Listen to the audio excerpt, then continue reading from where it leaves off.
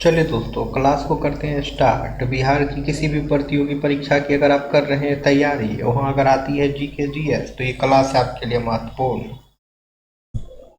तो आज के सेशन का पहला क्वेश्चन है, सरपरोशी की तमन्ना नारा जो है किससे जुड़ा हुआ है?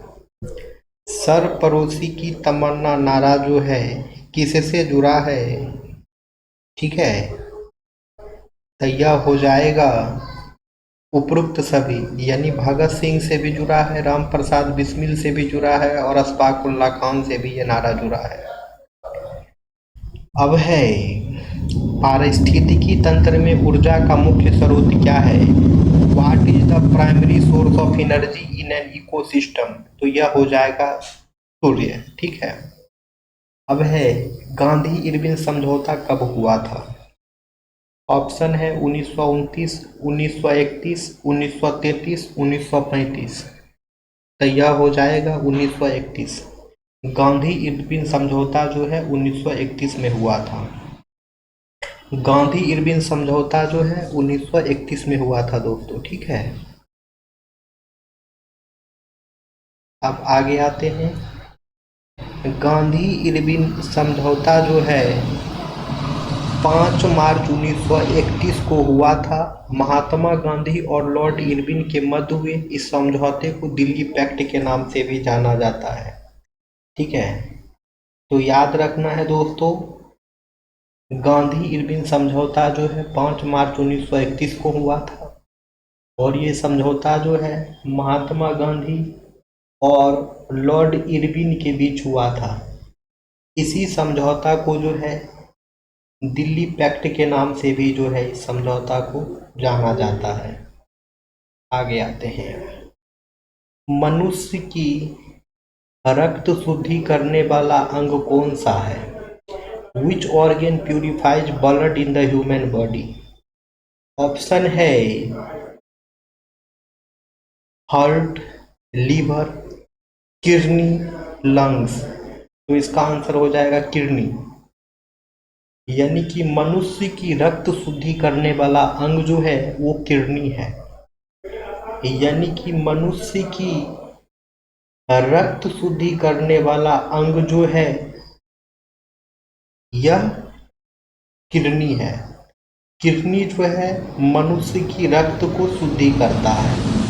इस बात को जो है याद रखना है। अंग्रेजी में अगर जाने तो ब्लड को जो है, किडनी जो है ब्लड को प्यूरिफाई करता है। ठीक है। जलवायु परिवर्तन पर क्योटो प्रोटोकॉल कब लागू हुआ? जलवायु परिवर्तन पर जो है क्योटो प्रोटोकॉल कब लागू हुआ? ऑप्शन है 1995, 1997, 2005, 2010। तो यह हो जाएगा 2005। जलवायु परिवर्तन पर जो है क्योटो प्रोटोकॉल जो है 2005 में लागू हुआ था। चौरी चौरा कांड किस राज्य में हुआ था? ऑप्शन है बिहार, उत्तर प्रदेश, मध्य प्रदेश, पश्चिम बंगाल। तो इसका आंसर हो जाएगा उत्तर प्रदेश।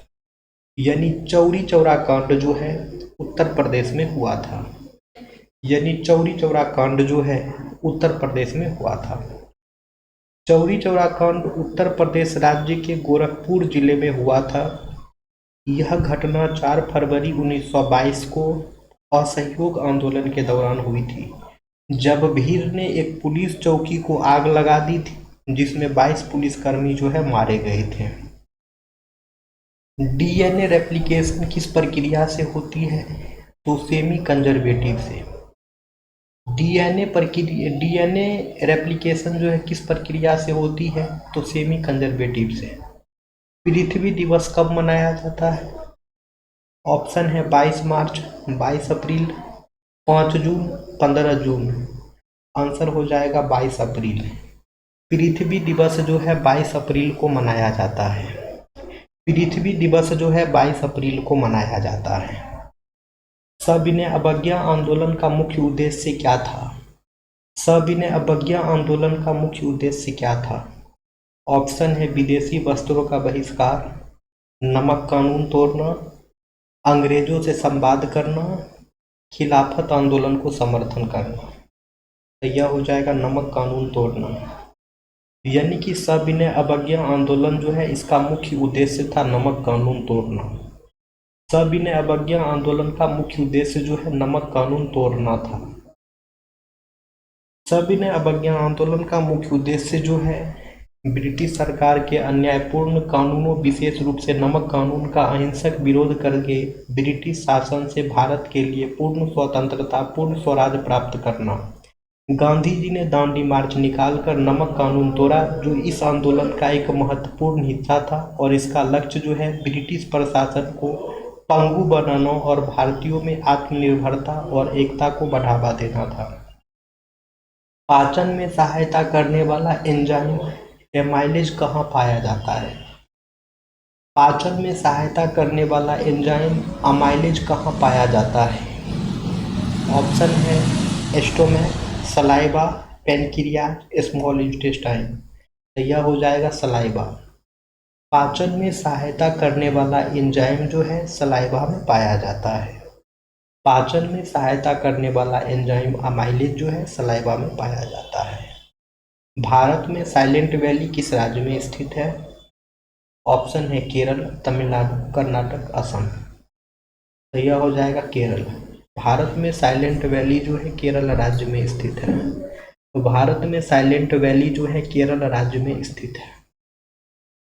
स्वराज मेरा जन्मसिद्ध अधिकार है, यह नारा किसने दिया था?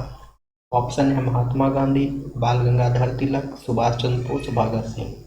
आंसर हो जाएगा बाल गंगाधर तिलक।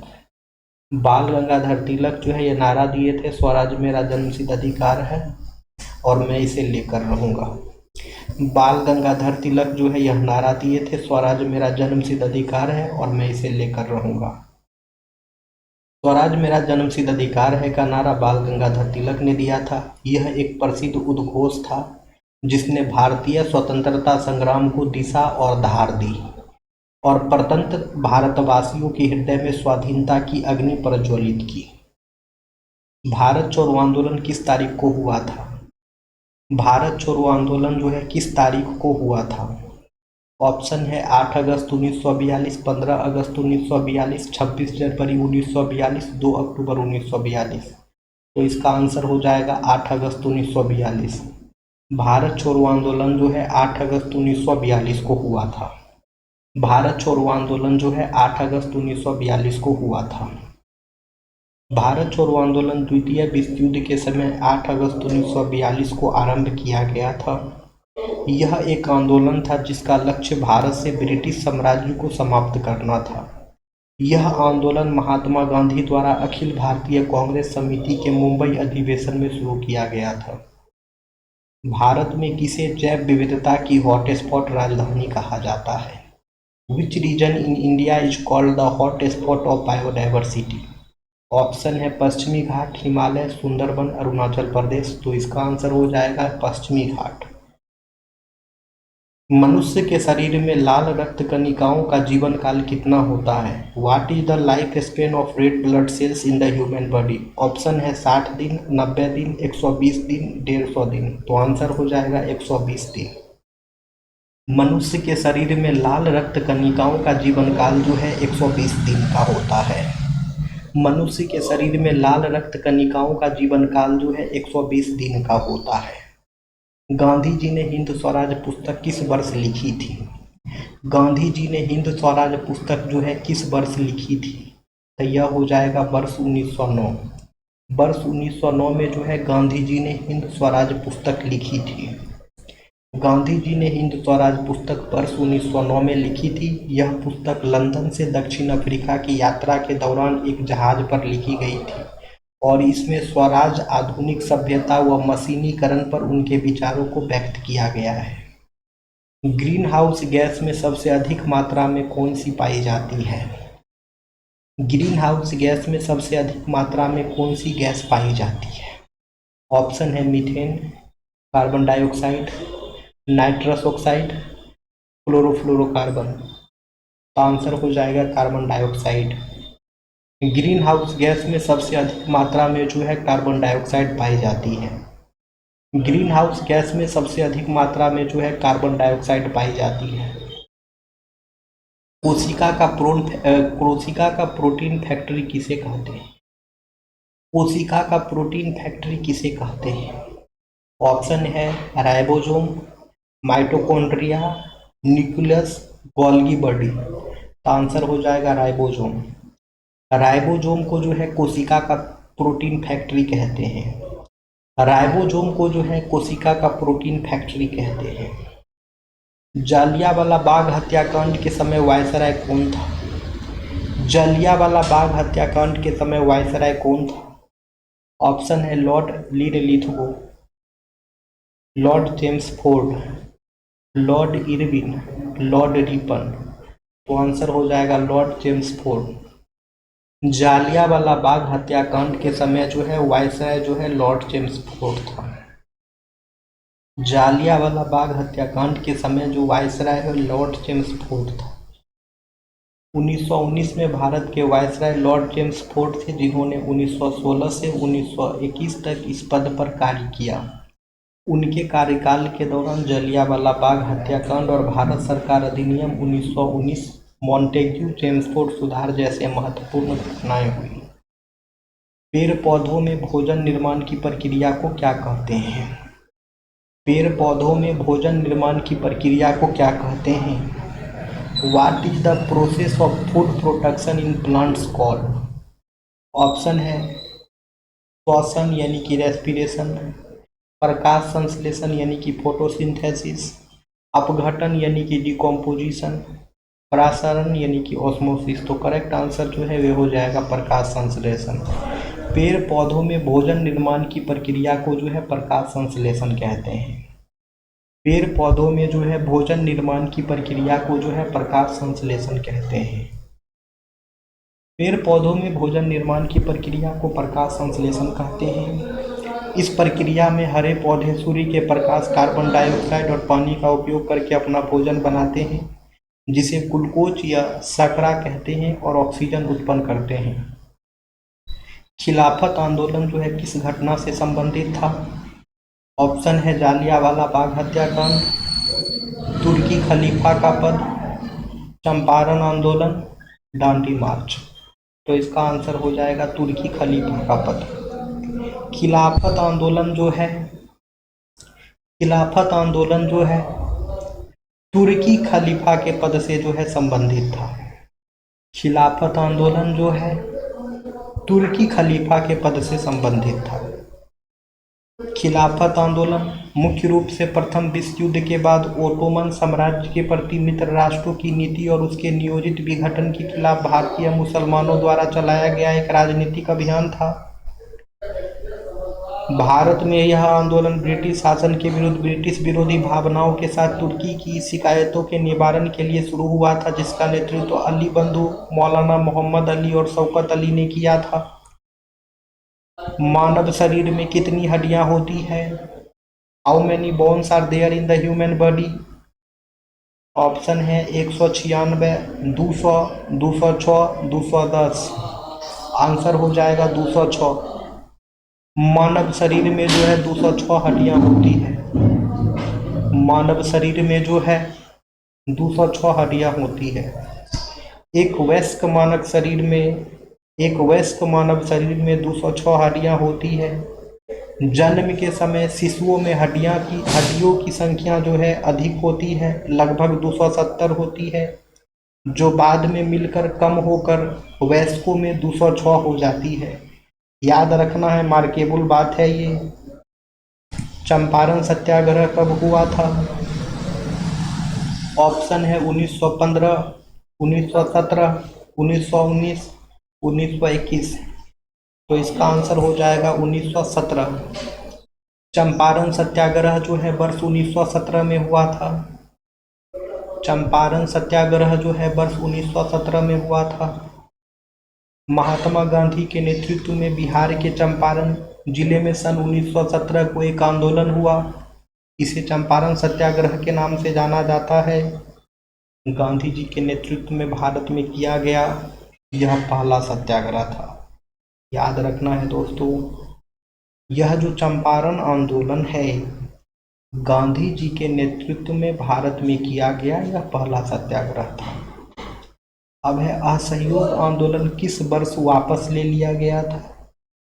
असहयोग आंदोलन जो है किस वर्ष वापस ले लिया गया था। ऑप्शन है 1920, 1921, 1922, 1923। तो इसका आंसर हो जाएगा 1922। वर्ष 1922 में जो है असहयोग आंदोलन जो है वापस ले लिया गया था। वर्ष 1922 में जो है असहयोग आंदोलन वापस ले लिया गया था। और असहयोग आंदोलन को वापस किसने लिया था। तो ऑब्वियस सी बात है महात्मा गांधी के द्वारा लाया गया आंदोलन था। तो महात्मा गांधी जी जो है वही इस आंदोलन को वापस ले लिए थे। असहयोग आंदोलन वापस ले लिया गया था क्योंकि चौरी चौरा गोरखपुर में एक हिंसक घटना के बाद महात्मा गांधी ने 12 फरवरी 1922 को आंदोलन वापस लेने का फैसला किया। यह घटना तब हुई थी जब एक भीड़ ने एक पुलिस थाने में आग लगा दी जिसमें 22 पुलिसकर्मी जो है मारे गए थे। जीवों की विभिन्न प्रजातियों की संख्या और प्रकार को क्या कहा जाता है। What is the term used for the variety and number of species? Option है इकोलॉजी, बायोडाइवर्सिटी, ओस्मोसिस, इवोल्यूशन। तो यह हो जाएगा बायोडाइवर्सिटी। जीवों की विभिन्न प्रजातियों की संख्या और प्रकार को जो है बायोडाइवर्सिटी कहा जाता है। जीवों की विभिन्न प्रजातियों की संख्या और प्रकार को जो है बायोडाइवर्सिटी कहा जाता है। चौरी चौरा कांड जो है किस आंदोलन से संबंधित था। ऑप्शन ए है भारत छोड़ो आंदोलन, असहयोग आंदोलन, सविनय अवज्ञा आंदोलन, स्वदेशी आंदोलन। तो ये हो जाएगा असहयोग आंदोलन।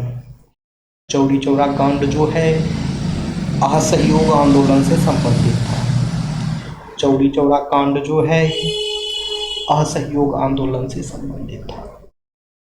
चौरी चौरा कांड असहयोग आंदोलन से संबंधित था। यह घटना 5 फरवरी 1922 को उत्तर प्रदेश के गोरखपुर जिले के चौरी चौरा में हुई थी, जहां प्रदर्शनकारियों ने पुलिस स्टेशन में आग लगा दी जिसमें 22 पुलिसकर्मी मारे गए थे। इस हिंसा के कारण महात्मा गांधी ने अहिंसा के सिद्धांत पर चलते हुए असहयोग आंदोलन को स्थगित कर दिया। गांधी इरविन समझौता जो है कब हुआ था। गांधी इरविन समझौता जो है कब हुआ था। 1929, 1930, 1931 या 1932। तो यह हो जाएगा वर्ष 1931।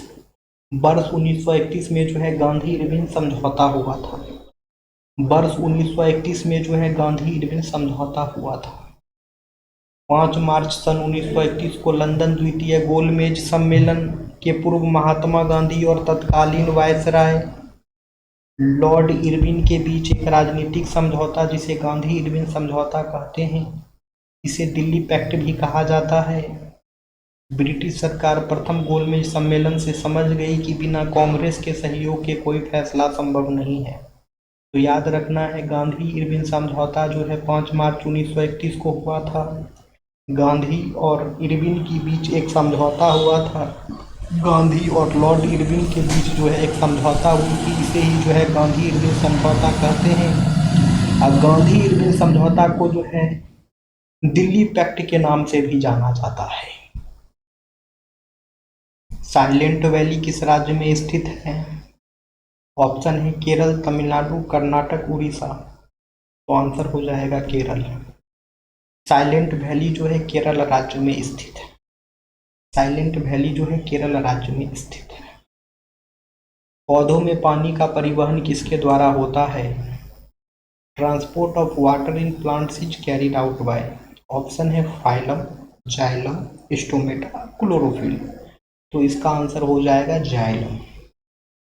पौधों में पानी का परिवहन जो है जाइलम के द्वारा होता है। पौधों में पानी का परिवहन जो है जाइलम के द्वारा होता है। पौधों में पानी का परिवहन जो है मुख्य रूप से जाइलम ऊतक के द्वारा होती है, जो जड़ों से पानी और खनिज लवणों को पत्तियों और पौधों के अन्य भागों तक पहुंचाने के लिए जिम्मेदार है। यह प्रक्रिया जो है वाष्पोत्सर्जन जड़ दबाव, कोशिका क्रिया और परासरण जैसी क्रियाओं की मदद से होती है। वनों की कटाई से सबसे अधिक कौन सी समस्या उत्पन्न होती है? Which major problem is caused by deforestation? तो इसका आंसर आप लोग कमेंट सेक्शन में कमेंट्स करिए। अब हमारी मुलाकात जो है कल की क्लासेस में होंगी। वीडियो पसंद आता है तो लाइक ज़रूर करना है दोस्तों। Thank you friends, thank you everyone.